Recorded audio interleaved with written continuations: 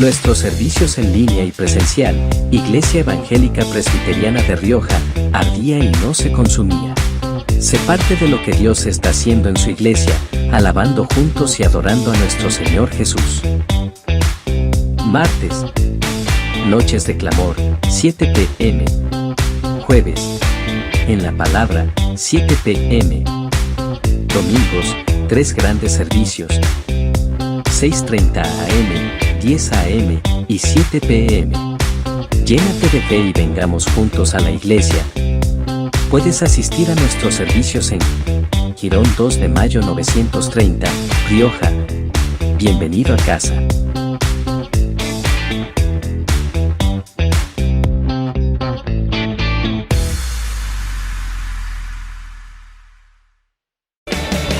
Tenemos una super noticia para ti.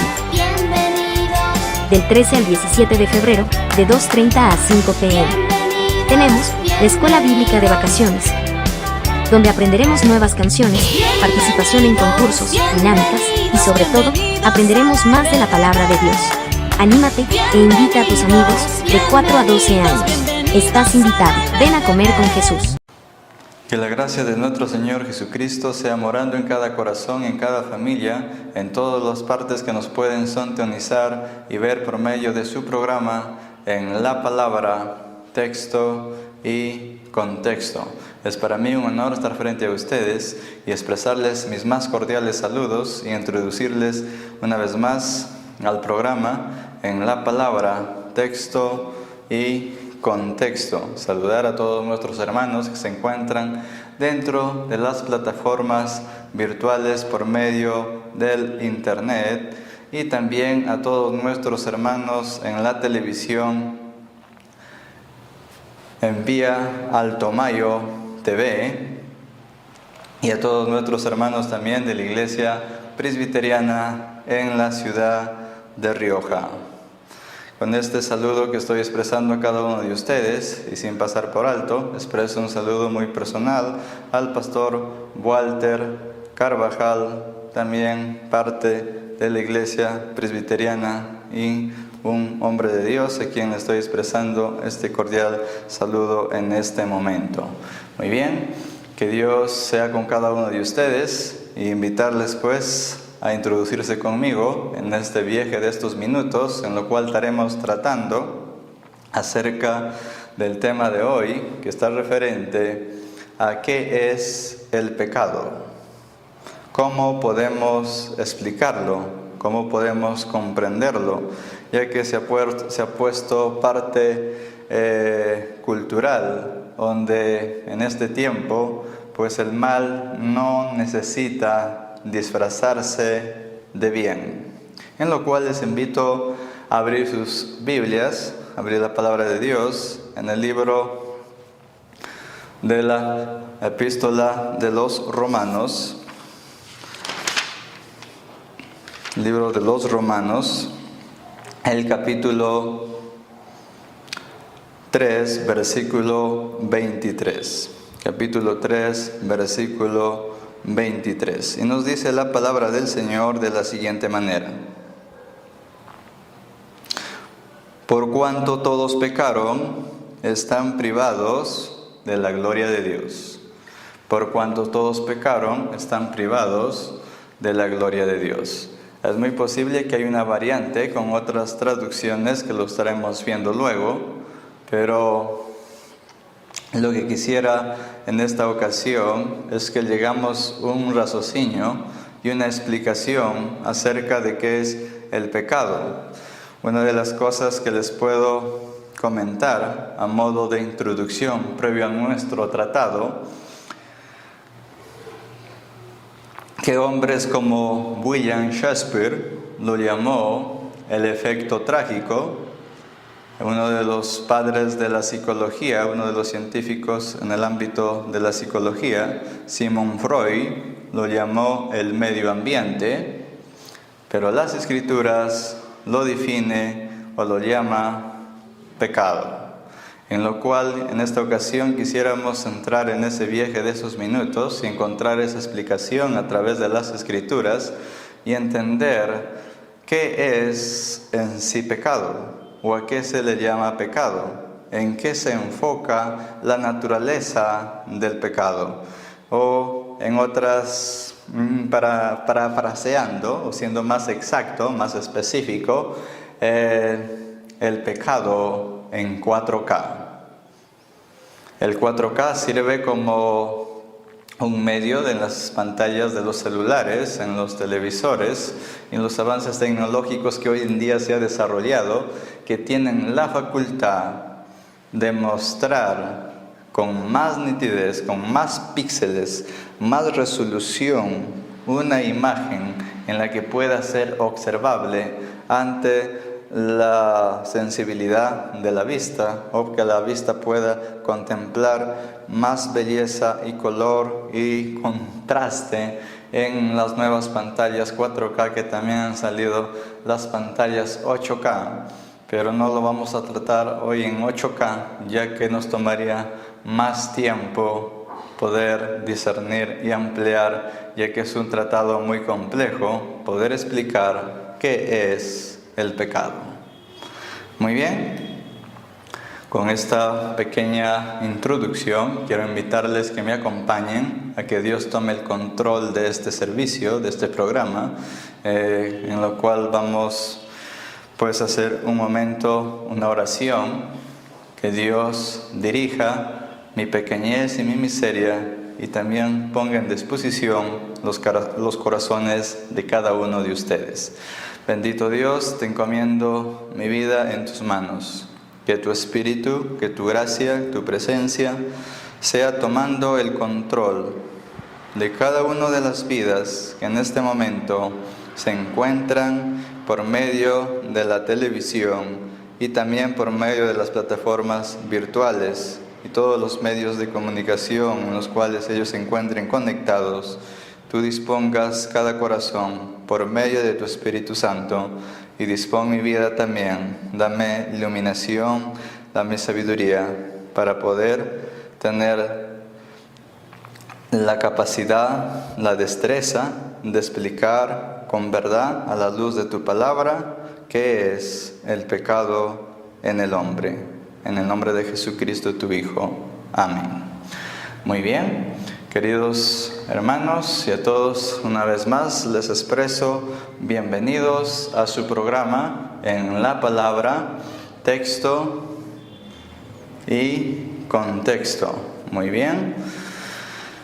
Hoy estaremos justamente, como suena el nombre del programa, tratando la palabra en el texto y contexto, en lo cual les he citado el libro de Romanos. Nuevamente lo volvemos a observar, Romanos capítulo 3, versículo 23, lo cual en este momento lo voy a leer en otra traducción, en la traducción que dice la Nueva Traducción Viviente, que me llamó la atención en la manera que es traducida, ya que me di el tiempo de revisar varias traducciones y bueno, me llamó la atención un poquito a fin de que podamos tener un poco más de complejidad en el asunto. Dice lo siguiente, Romanos capítulo 3, versículo 23, Nueva Traducción Viviente: pues todos hemos pecado, nadie puede alcanzar la meta gloriosa establecida por Dios. Todos hemos pecado, nadie puede alcanzar la meta gloriosa establecida por Dios. La versión Reina Valera del 60, la Reina Valera del 2000, traducen de la siguiente manera: por cuanto todos pecaron, están destituidos de la gloria de Dios. Que nos hace muy común, creo más familiar, la Reina Valera, y la traducción que tengo aquí, que es la traducción, como lo dice aquí, la Biblia textual, de Regreso a las Fuentes, hace un enfoque de traducción de la siguiente manera, y dice 23, por cuanto todos pecaron, están privados de la gloria de Dios. Por cuanto todos pecaron, están privados de la gloria de Dios. Entonces, ¿cómo entendemos este asunto? Y nos pasaremos a nuestro primer argumento. Todos los hombres se encuentran bajo la ley del poder del pecado. Todos los hombres se encuentran bajo el poder de la ley del pecado. Argumento número 1. ¿Qué entendemos por pecado? ¿Qué es lo que significa pecado? Y mi propósito en esta ocasión, como les dije, es intentar descifrar el pecado en el 4K, a fin de que podamos entender con más plenitud, con más luz y poder percibirlo y entenderlo, para poder entender qué es lo que exactamente el apóstol Pablo nos está introduciendo en este versículo, un mensaje tan profundo acerca del Evangelio de Dios. Muy bien. ¿Qué entendemos por pecado? En el original, el término de pecado se lo entiende como hamartía en el original. Dentro de la formación académica que recibimos en los seminarios, se nos introduce y se nos introdujo, recuerdo, a los mentores que me introdujeron lo siguiente. Es como que alguien lanza una pelota de básquetbol que juega mayormente en los Estados Unidos y es lanzada a la canastilla, y de pronto cuando la pelota es lanzada falla el tiro, y a eso se le llama errar al blanco, que quiere decir pecado. O como alguien lanza una flecha a un punto determinado y la flecha no alcanza el punto, sino va fuera del círculo donde tenía que hacer el impacto o penetrar la flecha. Pero hay algo más allá de esa perspectiva que tenemos. Martin Jones, uno de los puritanos, él, en una entrevista que le realizaron, él dijo: el problema no es el pecado, el problema es la rebelión del hombre hacia su Creador.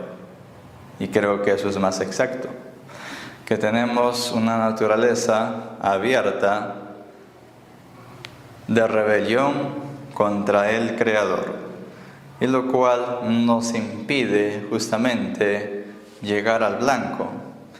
Y esta traducción que lo traduce dice: pues nadie puede alcanzar la meta gloriosa establecida por Dios. ¿Por qué nadie puede alcanzar esa meta establecida por Dios? ¿Cómo podemos explicar este asunto que dice que todos están destituidos de la gloria de Dios? O que estamos separados de la presencia de Dios, privados de la gloria de Dios. Justamente, para poder entender qué es el pecado, necesitamos entender qué es la santidad de Dios, qué es su ira, qué es su justicia, su soberanía, su amor. Son las esencias de los atributos de la naturaleza y carácter que representa Dios. Es por los cuales Dios se da a conocer por medio de sus atributos, que uno de sus atributos resaltantes es la santidad de Dios. Otro de sus atributos resaltantes que vamos a ver es la soberanía de Dios, la ira de Dios, la justicia de Dios. Pero hoy en los templos, dentro del cristianismo, se nos ha introducido que solamente con hacer una oración del pecador: Señor, yo te acepto en mi corazón, ya has sido regenerado y transformado a ser hijo de Dios, cosa que las Escrituras no respaldan, ya que los evangelios, tanto Juan el Bautista, los apóstolos o nuestro mismo Señor Jesucristo, nunca introdujo esa enseñanza de decir a la gente: ¿cuántos de ustedes quieren aceptarme en su corazón? Su enfoque fue: arrepentíos, porque el reino de los cielos se ha acercado. Entonces esa formulación se introdujo dentro de nuestra formación cristiana, muchas veces dentro de las organizaciones, y se ha hecho como cierta verdad. Como dijo Adolfo Hitler, una mentira repetida 100 veces se va a creer que es verdad, o se lo va a repetir como si fuera una verdad. Y eso es lo que ha sucedido con ello, que nos declaramos hijos de Dios y nos entregamos a la fe sin conocer a ese Dios, sus atributos, sus esencias, de quién es Dios, quiénes somos nosotros. Y una de las cosas que entendemos que el pecado fue el medio, la gente que nos separó de Dios, nos alejó de Dios. Nuestros primeros padres se les estableció una sola norma, que podían comer de todos los árboles del huerto, pero que no podían comer del árbol del bien y del mal que se encontraba en el centro del paraíso. Pero ellos violentaron la voluntad de Dios, desobedecieron al acatado, la orden de Dios. Pusieron en juicio sus atributos, su soberanía, su justicia, su santidad. Y las consecuencias fueron que fueron expulsados del paraíso, fueron expulsados de la presencia de Dios, fueron separados de la gloria de Dios. Y es por lo que Romanos dice que nadie puede alcanzar la gloria de Dios, o que todos estamos excluidos de la gloria de Dios. Exactamente, eso es lo que pasó inicialmente. Y el pecado entró y moró en todos los hombres. Todos los hombres hemos nacido fuera de la presencia de Dios, fuera del huerto de Dios, despojados y alejados. Hemos nacido y somos hijos de Adán y Eva, pero no somos hijos de Dios, a menos de que Jesucristo nos reconcilie con el Padre. Al menos que el Hijo de Dios nos declare que somos sus hijos. Y eso es un asunto complejo. Muy bien. Entonces,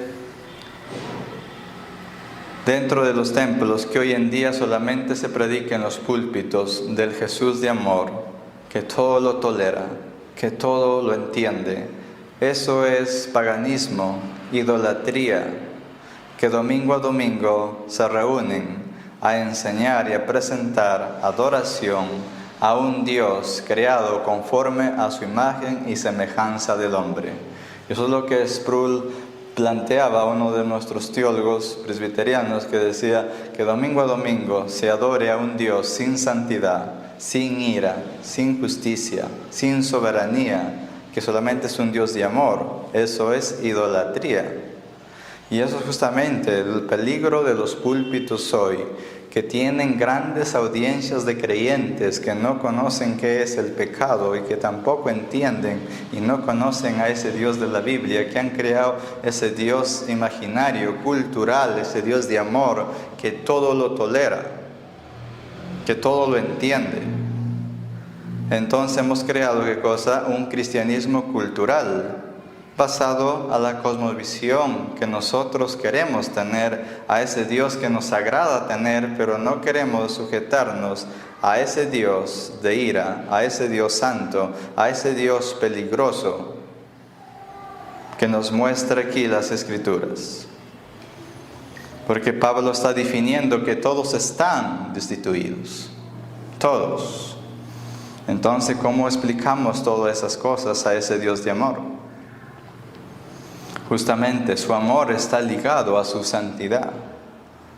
Como una mujer ama a los niños, que es madre, ama a los niños, y cuando ama a los niños para ella es doloroso, se compunge sus entrañas cuando ve que muchos niños son asesinados, violados, abortados, porque va contra sus principios de su naturaleza. De igual manera, va contra los principios de la naturaleza de Dios, alterar su santidad y su amor. Justamente Él es amor, porque odia el mal, aborrece el mal, por eso Él es amor. Pero hemos transliterado ese término, que tenemos a un Dios de amor que todo lo tolera. Ese es el Dios de las religiones. Pero el Dios de la Biblia es distinto. Y les estoy presentando justamente a ese Dios de las Escrituras. Hasta aquí, muy posible, muchos estén en desacuerdo conmigo, como siempre lo han estado en algunas ocasiones algunos hermanos que me han oído por el internet a veces dialogar estos asuntos. Y lo primero que se puede decir, se han querido romper las vestiduras. Porque estamos, ¿qué cosa? Sacando de nuestro confort, de ese evangelio de confort que tenemos y llevándonos o rigiéndonos a la verdad de las Escrituras. Avanzando con este tratado, nuestro ADN, nuestra naturaleza, ¿qué cosa? Está bajo una condición caída.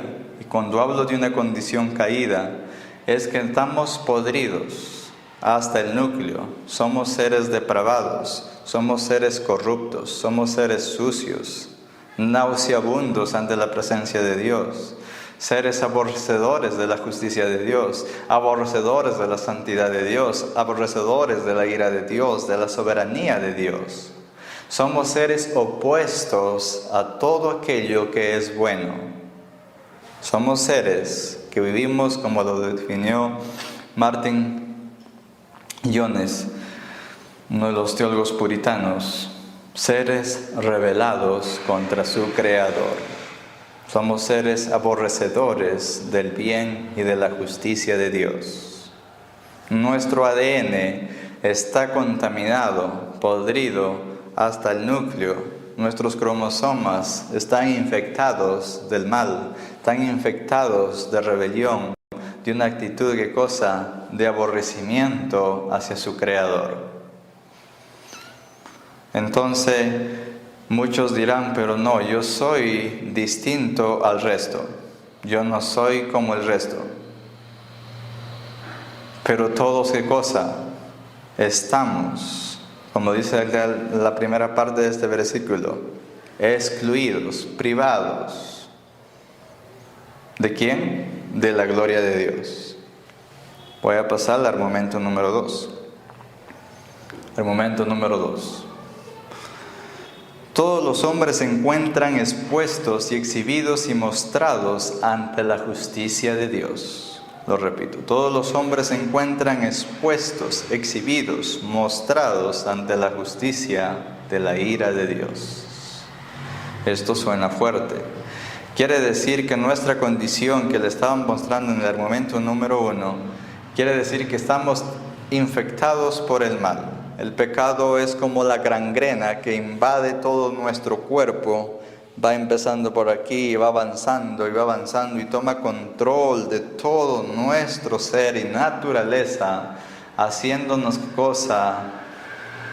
putrefactos y sucios bajo el juicio de la ira de ese Dios Santo. Y quiero decir que somos tan sucios, tan pecadores, tan nocivos, que somos comparables o peor que Adolfo Hitler. Si no hemos llegado a consumar lo que Adolfo Hitler llevó a cabo en su tiempo, Stanley, Mao Zedong, que derramaron tanta sangre, si no hemos llevado a cabo esa maldad en nuestro interior, es justamente porque Dios en su soberanía no lo ha permitido y nos ha sostenido en su amor. Es el Espíritu de Dios que nos ha sostenido a no desencadenar todo el mal que hay en nosotros. Si los hombres desencadenaran el mal que está en su interior, pues todos los misiles nucleares que tiene China, Rusia y Estados Unidos y sus arsenales ya hubieran explotado dentro de este mundo. Pero es la gracia de Dios que sostiene y retiene la voluntad de los hombres en medio de esa rebelión abierta que tiene el hombre contra su Creador. Y eso nos dispone y nos determina que estamos, ¿qué cosa? Expuestos ante Él, expuestos ante su justicia, de que somos seres malos por naturaleza, somos seres aborrecedores del bien y de la justicia de Dios. Quiero que entiendan este asunto que les estoy tratando de explicar. Por eso dice, por cuanto todos pecaron, están destituidos de la gloria de Dios. O sea, no hay nadie que pueda decir que es un poco bueno. Pablo aquí está poniendo al mundo en 2 grupos, o en 3 grupos, para ser más exacto. Capítulo 1 de Romanos trata de los pecadores comunes, prostitutas, borrachos, alcohólicos, homicidas, asesinos, o toda la lista que a usted le pueda venir en este momento a la mente. Pero el capítulo 2 de Romanos, y continúa hasta el capítulo 3, habla de los pecadores de élite, especialmente en el capítulo 2, pecadores de élite, que se enfoca y se dirige a ¿quiénes? A judíos y a griegos. Los griegos creían que eran aprobados por Dios porque tenían la ley de Dios, tenían ¿qué cosa? Los griegos creían que eran aprobados por Dios porque tenían ¿qué cosa? Un conocimiento intelectual.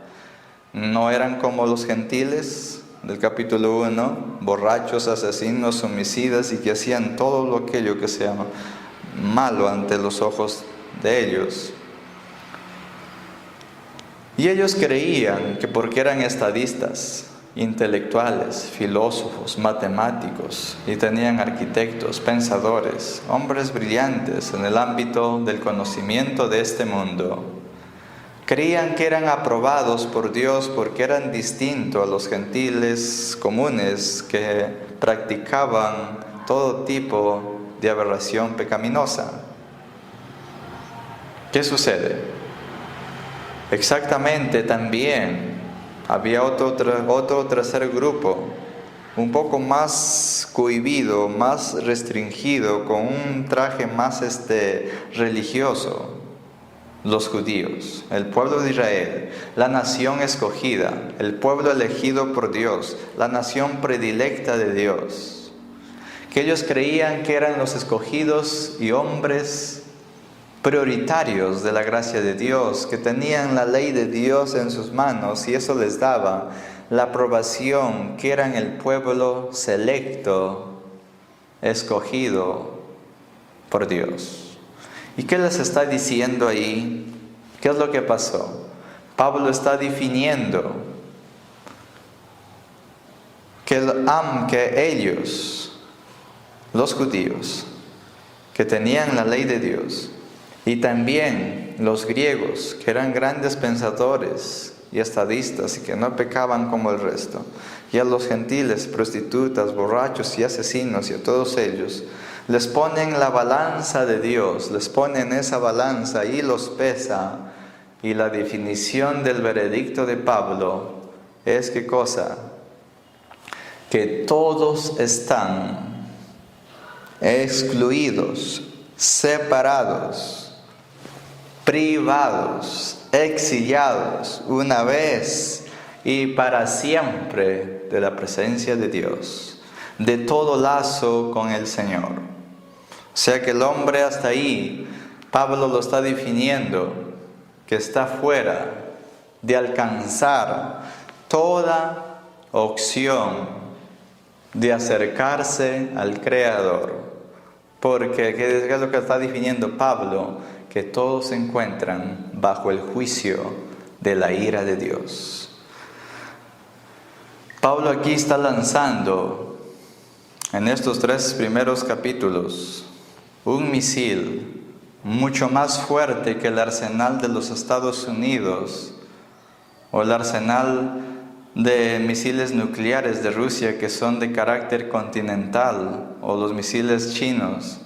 Está lanzando un misil de carácter no continental, sino está lanzando un misil de carácter universal, que tenía el poder, o tiene el poder, de exterminar con toda la especie humana.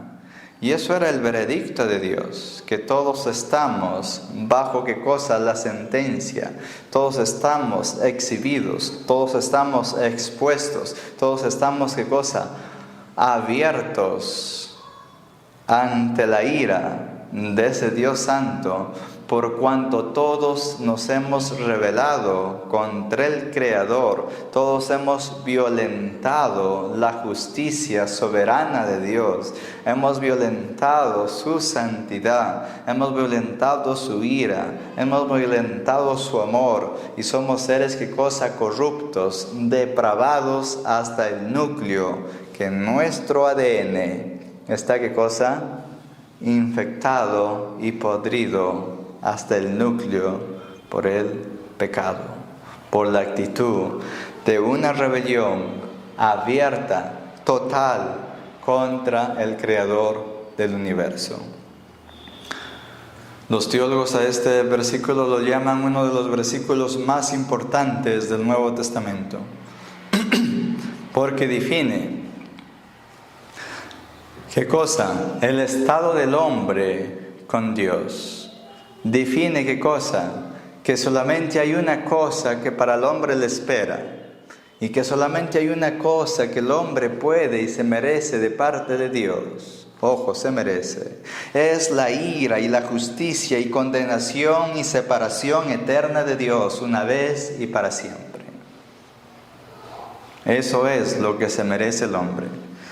¿Por qué les digo que Pablo estaba haciendo una definición de presentar un misil más grande que los misiles nucleares rusos que son de carácter continental? Este era universal. Porque lo que nos dice Judas es impresionante. Les voy a citar el libro de Judas, el versículo 6.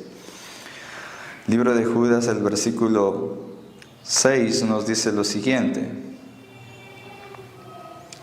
Les recuerdo que los ángeles que no se mantuvieron dentro de los límites de la autoridad que Dios les puso, sino que abandonaron su lugar al que pertenecían, Dios los ha tenido firmemente encadenados en prisiones de oscuridad para esperar el gran día del juicio. Ojo, los ángeles que no guardaron su dignidad, que no permanecieron en la morada de Dios, donde Él había establecido los cielos, sino que se rebelaron contra su Creador voluntariamente. ¿Qué pasó? Los apóstoles dicen prisiones de oscuridad para el día del juicio. Eso no está hablando del infierno, sino habla del Tártaro, del lugar de la prisión o el abismo donde se encuentran ellos presos para el día que les espera, el lago de fuego, la condenación y separación eterna de los ángeles con el Creador. Eso es el lugar que pertenece a todos los hombres, que Pablo está definiendo también aquí, que el hombre se rebeló y solo hay un lugar para el hombre. Es la separación y juicio ante la justicia de Dios, la separación eterna del Creador con el hombre. Y vemos aquí que no solamente menciona eso, el versículo 7 de Judas dice lo siguiente: asimismo, no se olviden de Sodoma y Gomorra, ni de las ciudades vecinas, las cuales estaban llenas de inmoralidad y de toda clase de perversión sexual. Esas ciudades fueron destruidas con fuego y sirven como advertencia del fuego eterno del juicio de Dios, del fuego eterno del juicio de Dios. Dice que Sodoma y Gomorra fueron modelos de ejemplo, como prototipos de la justicia, de la santidad, de la ira, de la soberanía de ese Dios que es un Dios de amor y que no podía tolerar el mal. Que esas ciudades fueron destruidas por el fuego como ejemplo del fuego eterno, del gran día del juicio de Dios. Está predefiniendo muy clarísimo Judas ahí. Pero hoy en día no solamente se ha tratado de transliterar ese evangelio basado en las Escrituras, basado en la palabra de Dios, sino que hoy en día se está presentando también el evangelio del Jesús LGTB, del movimiento LGTB, por Carlos Osma y otros hombres o personajes dentro de la fe que se están introduciendo encubiertamente con un evangelio distinto, un evangelio excluido a la verdad de las Escrituras, donde presentan ¿a quién? A un Dios que todo lo tolera, que todo lo entiende, que todo lo puede pasar por alto.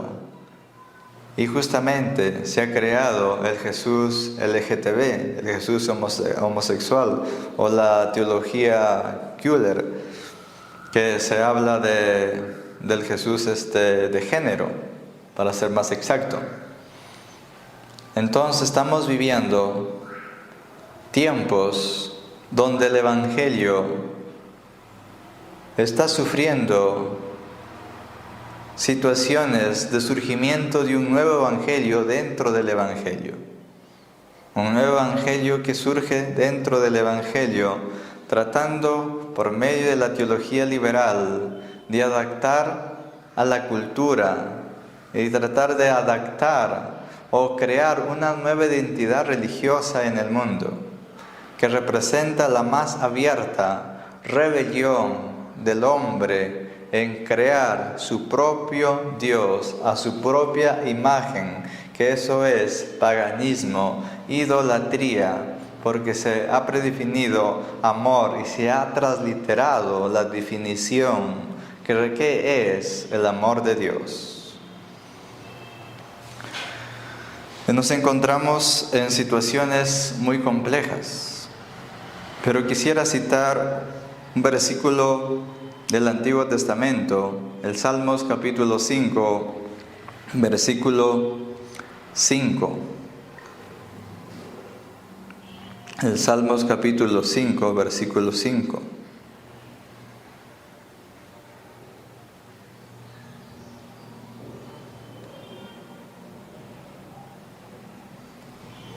El Salmos capítulo 5, versículo 5 nos menciona algo muy impresionante referente a lo que hoy estoy tratando de explicarles y que puedan entenderlo en una resolución, como les dije al inicio, en el 4K, en sus pantallas de sus mentes, y puedan entender lo peligroso y nocivo que puede ser y es el pecado. Y si nosotros no entendemos esto, es como algo incongruente de determinar y decir que somos parte del reino de Dios.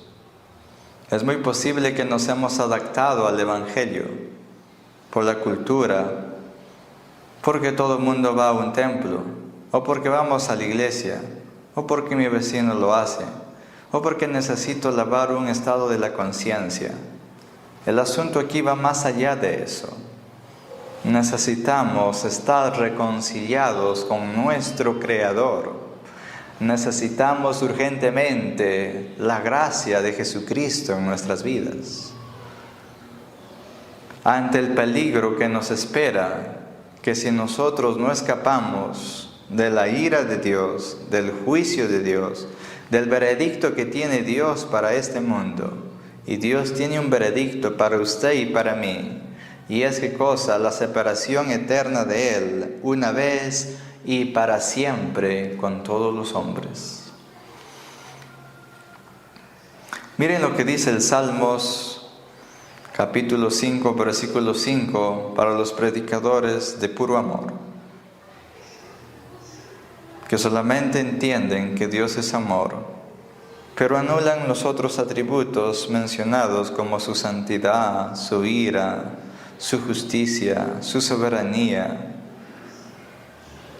su bondad, y solamente entienden que Él tiene un atributo y es amor. El Salmos capítulo 5, versículo 5 nos dice lo siguiente: los insensatos no estarán delante de tus ojos. Aborreces a todos los que hacen iniquidad. Destruirás a los que hablan mentira. Al hombre sanguinario y engañador abominará Jehová. Miren pues lo que menciona en ese versículo, que los insensatos no estarán, dice, delante de tus ojos. O a todos los que hacen iniquidad. ¿Qué quiere decir? A todos los que hacen pecado. Quisiera revisarlo en esta traducción también. ¿Cómo lo traduce el versículo 5? hasta el versículo 6. Todos los arrogantes se presentarán ante tu vista. Miren, pues, todos los arrogantes se presentarán ante tu vista. Aborreces a todos los que hacen iniquidad. ¿Qué quiere decir? Que Dios aborrece a todos los que practican pecado. Pero nos han introducido dentro de la iglesia este evangelio que dice: Dios ama a los pecadores, pero aborrece su pecado. Y suena tan bien y tan interesante que se lo predica con alma, fuerza y corazón en los púlpitos, pero que contradice los principios absolutos de la Escritura. Porque acá el texto afirma, y hay varios textos en el Antiguo Testamento, que afirman que Dios aborrece el mal, que Dios aborrece el pecado y que Dios aborrece al que practica el pecado. Porque eso es lo que está diciendo aquí. Tú aborreces a todos los que hacen iniquidad. Y Pablo está definiendo que todos estamos destituidos de la gloria de Dios. Todos. No dice que alguien sea un poco más piadoso. Y si alguien no ha llegado a consumar la maldad que hay en su corazón, o te preguntas, como se preguntaban los judíos y se preguntaban también los griegos, que no eran como esos otros pecadores, los gentiles comunes, del capítulo 1, los pecadores comunes. ¿Qué decían los pecadores de élite? Yo no hago lo que ellos hacen, yo no soy como ese, yo no soy como el Julio, pecador. Yo soy alguien más puro, más santo, alguien de bien en la sociedad. Y es muy posible que haya esquemas en nuestra mente. Pero la luz de la Escritura nos está definiendo que somos, ¿qué cosa? Depravados, corruptos, aborrecedores de Dios hasta el núcleo, hasta nuestras entrañas. Como los puritanos lo definían, si un niño tuviera la facultad, un bebé tuviera la facultad de poder darte un manotazo y matarte, él lo haría, si tuviera esa fuerza, porque desde su naturaleza interior, desde que son niños, son bebés, nacen con una naturaleza aborrecedora de Dios, aborrecedora de su Creador. Y todos allí, todos, con urgencia, necesitamos, ¿qué cosa? La gracia que no merecemos, inmerecida de Cristo, porque nadie se es merecedor de la justicia y misericordia de Cristo. Y el versículo aquí nos menciona también, versículo 6, destruyes a los que hablan falsedad. Mira, destruyes a los que hablan falsedad. Yahvé abomina al hombre sanguinario y engañador. O sea, todos pecamos, todos estamos bajo juicio. Es posible que digas que no eres como Adolfo Hitler o que nunca mataste, pero ante la balanza de Dios todos pesan igual porque todos están bajo pecado. Si tú no consumaste, no llegaste a ser un Hitler, o tú que me estás oyendo, señorita, no llegaste a ser una prostituta, como hay muchas damas que están en esa vida, en la prostitución, pero tú no llegaste. Y si no llegaste y te conservaste, no es porque tú seas buena y seas mejor que esa prostituta. Tú eres tan igual como esa prostituta. ¿Qué es lo que pasó? Fue la gracia de Dios que nos sostuvo. Que nos sostuvo de la maldad que hay en nosotros, de no consumarla en su totalidad y llevarla a cabo. Y es la gracia de Dios que nos ha preservado. Es la gracia de Dios que muchos que están hoy en la iglesia están asistiendo a la iglesia porque Dios fue quien los trajo a la iglesia. No vino usted por iniciativa propia, ni nadie de nosotros hemos buscado a Dios por iniciativa propia, sino ha sido un acto soberano de Dios. ¿Por qué explico esto? Que fue un acto soberano de Dios. Porque nosotros estábamos muertos por el pecado. El pecado significa separación, el pecado significa muerte. Estábamos separados, como Pablo lo está definiendo, excluidos, privados de la gloria de Dios. Estábamos muertos en lo profundo del mar. en alta mar, en lo más profundo, al fondo. Y Dios fue y nos sacó de lo profundo del mar, nos transmitió luz, nos transmitió su espíritu para poder oír su palabra y poder discernir que necesitamos de esa gracia. Y ahí es donde implica la fe, que la fe no es una obra tuya. La fe es ¿qué cosa? Un don de Dios para que tú, por medio de ella, puedas ver la luz de la cruz de Cristo. Puedas ver a Jesucristo y puedas decir y entender que solo en Él puedes encontrar redención. Explicar todo este asunto del pecado nos tomaría todo una vida si fuera posible, o más que ella. Es que pasaremos a continuación a nuestro momento número 3. Argumento número 3. Todos los hombres se encuentran expuestos y exhibidos y mostrados. Argumento número 3. Jesucristo se entregó ante la ira de Dios por amor a su creación. Jesucristo se entregó a sí mismo ante la ira de Dios por amor a su creación. Hasta ahí hemos entendido que todos estamos bajo el juicio y bajo una condición caída, que somos seres retorcidos y depravados absolutamente, total. No hay diferencia entre mi persona y un homosexual o un asesino. La diferencia solo es que Dios permitió de que nos retuvo de llevar a cabo toda la maldad que se encuentra dentro de la naturaleza humana. Entonces enfocamos nuestro momento número 3. Jesucristo se entregó a sí mismo en la cruz por amor a su creación. Para ser más exacto, se entregó a sí mismo ante la ira de Dios, por amor a ti y por amor a mí y por todos aquellos que van a creer en la justicia de Dios. Todos hemos tomado un pasaje muy común y lo hemos predicado abiertamente. Juan 3:16. Pues Dios amó tanto al mundo que dio a su único Hijo para que todo el que crea en Él no se pierda, sino que tenga vida eterna. Lo que me llama la atención de este versículo, pues dice que Dios amó al mundo. Está hablando de la creación en general, no exclusivamente del hombre, sino de la creación, que Él quiso redimir a toda esta creación, todo. Cuando hablo de todo, estoy hablando de todo lo que existe en la creación creada por Dios.